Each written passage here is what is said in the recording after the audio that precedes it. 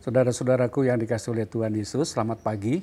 Pada saat ini kita akan sejenak merenungkan firman Tuhan yang diambil dari 2 Timotius 3 ayat yang ke-5. Sebelum kita membacanya, mari kita berdoa. Bapa kami yang ada di sorga, Allah yang kami sembah di dalam nama Tuhan Yesus, terima kasih untuk kesempatan kami dapat menyembah-Mu pada pagi hari ini. Sekarang kami akan membaca firman Tuhan, tolonglah kami dengan Roh Kudus supaya kami dapat mengerti maksud Tuhan dalam kehidupan kami. Dalam nama Tuhan Yesus kami memohon urapan Roh Kudus. Amin.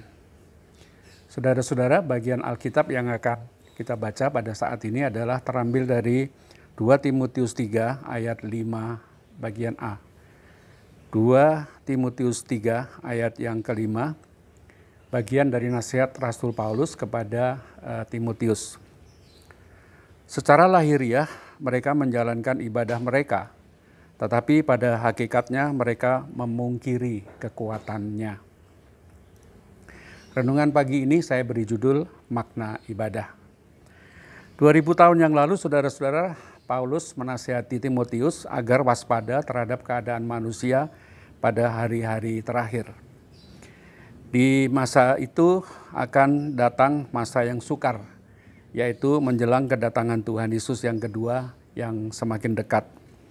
Manusia digambarkan mencintai dirinya sendiri, menjadi hamba uang, membual dan menyombongkan diri, menjadi pemfitnah, berontak terhadap orang tua, dan tidak tahu berterima kasih serta tidak mempedulikan agama. 2 Timotius 3 ayat yang kedua. Nasihat Paulus ini semakin menjadi kenyataan. Kita sekarang sungguh dapat merasakan kondisi itu. Banyak orang hanya mementingkan dirinya sendiri dan abai terhadap sesama. Maka ada istilah lu, gue. EGP, emangnya gua pikirin. Masa bodoh dan seterusnya. Jalanan sering semrawut dan macet karena semua orang berlomba untuk lebih dahulu dari yang lain.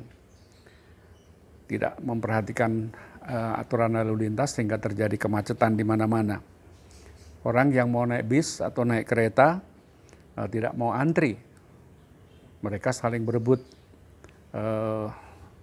duluan menaiki bus atau kereta. Saling dorong, tidak peduli orang lain. Yang penting ia bisa dahuluan naik ke kereta.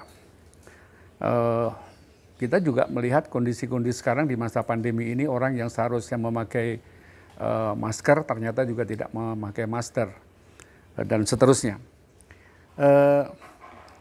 Dan sungguh tidak kalah memprihatinkan, Paulus melihat bahwa pada hari-hari terakhir, yaitu pada masa-masa sekarang ini, banyak orang yang tidak peduli agama. Tidak jarang agama hanya dijadikan sebagai alat politik. Agama sebagai alat untuk mengumpulkan orang, mencari perhatian orang, mencari dukungan orang, terutama ketika akan mencapai sebuah tujuan politik, misalnya menduduki jabatan tertentu. Mimbar agama tidak mewartakan kabar damai dan persahabatan, tetapi kadang menjadi ajang untuk mengumbar kemarahan, kebencian, dan permusuhan. Sungguh amat ironis. Kalau negeri kita seringkali disebut sebagai negeri yang agamis, negeri yang sangat mendahulukan agama, memang tidak salah. Banyak tempat-tempat ibadah dibangun, tempat-tempat penyembahan dibangun, banyak orang berbondong-bondong pergi ke tempat peribadahan. Tetapi apakah semuanya itu kemudian menjadikan masyarakat kita lebih damai, lebih akur, lebih rukun, saling menghargai, saling menopang satu dengan yang lain atau tidak? Kalau kita mau jujur, seringkali justru sebaliknya. Kita sedih membaca, melihat berita ada keluarga yang sedang beribadah kemudian diganggu atau bahkan dilarang oleh orang lain. Dan orang-orang itu menganggap bahwa kelompok mereka lah yang paling benar, yang paling berhak beribadah di negeri ini. Dan ini tentu sangat memprihatinkan. Ada kelompok-kelompok yang merasa ibadah mereka, agama mereka lebih benar daripada yang lain.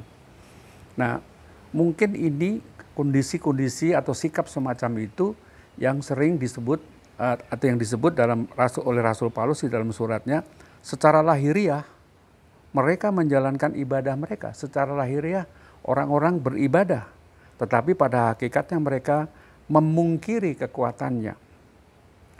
Orang pergi beribadah, sembahyang, memuji Tuhan di tempat ibadah, menjalankan syariat atau peraturan agama, mestinya mereka merasakan damai, merasakan sukacita, merasakan mendapat berkat Tuhan.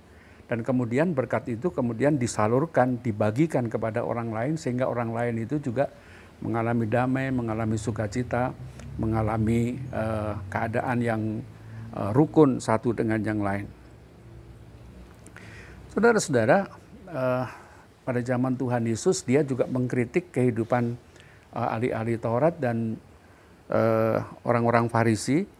Mereka menjalankan ibadah, mereka menjalankan kewajiban agamanya, tetapi yang dia lakukan itu adalah hanya untuk mencari pujian. Mereka sembahyang di pinggir jalan secara menyolok, memakai pakaian keagamaan supaya dipuji orang, tetapi hati mereka jahat. Mereka adalah orang-orang munafik yang Yesus ibaratkan sebagai kuburan yang dilabur putih di bagian luarnya, tetapi di dalamnya terdapat tulang-tulang belulang dan berbagai kotoran. Matius 23 ayat 27. Jadi ini kritik yang tajam oleh Tuhan Yesus, bagaimana orang menjalankan ibadahnya hanya sebagai kepuasan diri sendiri, bukan untuk menyembah Allah, bukan untuk melayani sesama. Kemudian bagaimana ibadah kita? Marilah kita melakukan ibadah bukan sekedar sebagai sebuah kebiasaan, supaya kelihatan alim, supaya kelihatan beriman, atau melakukan ritual untuk mendapat pujian, atau sekedar kita beribadah untuk menenangkan diri. Tetapi melalui nasihat Rasul Paulus ini kita diingatkan, marilah kita menjalankan ibadah kita dengan penuh syukur. Kita merendahkan diri serendah-rendahnya di hadapan Tuhan dan mengagungkan, meninggikan nama Tuhan dan nama Tuhan dimuliakan.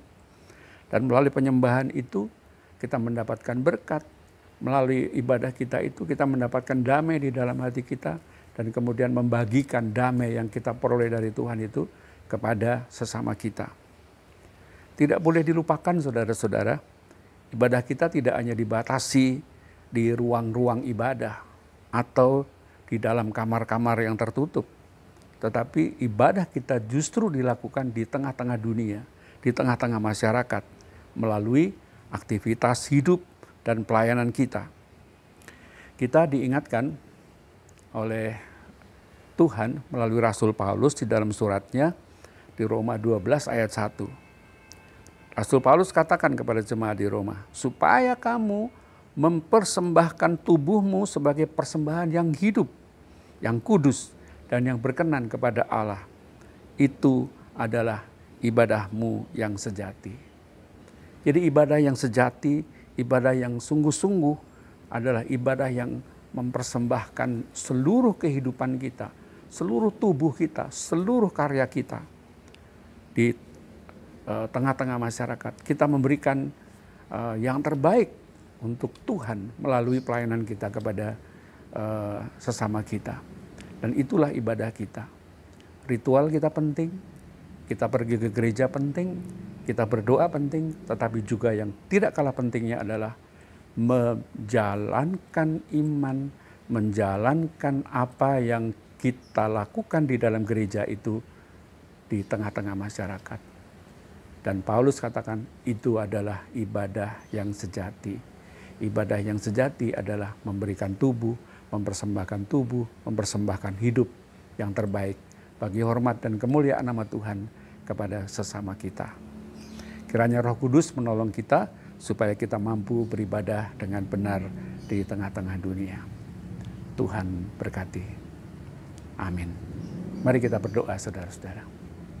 Bapa kami yang ada di surga, terima kasih untuk firman-Mu yang mengingatkan kepada kami supaya kami beribadah dengan benar. Kami tidak hanya beribadah di gereja, tidak hanya beribadah menyembah Tuhan di kamar-kamar kami yang tertutup, tetapi kami dipanggil untuk beribadah di tengah-tengah dunia, mempersembahkan tubuh, mempersembahkan hidup melalui pelayanan kami di tengah-tengah masyarakat. Dan itu adalah ibadah kami yang sejati. Kiranya Roh Kudus menolong kami supaya hidup kami semakin berkenan kepadamu. Di dalam nama Tuhan Yesus, kami bersyukur untuk firman Tuhan pada saat ini. Amin.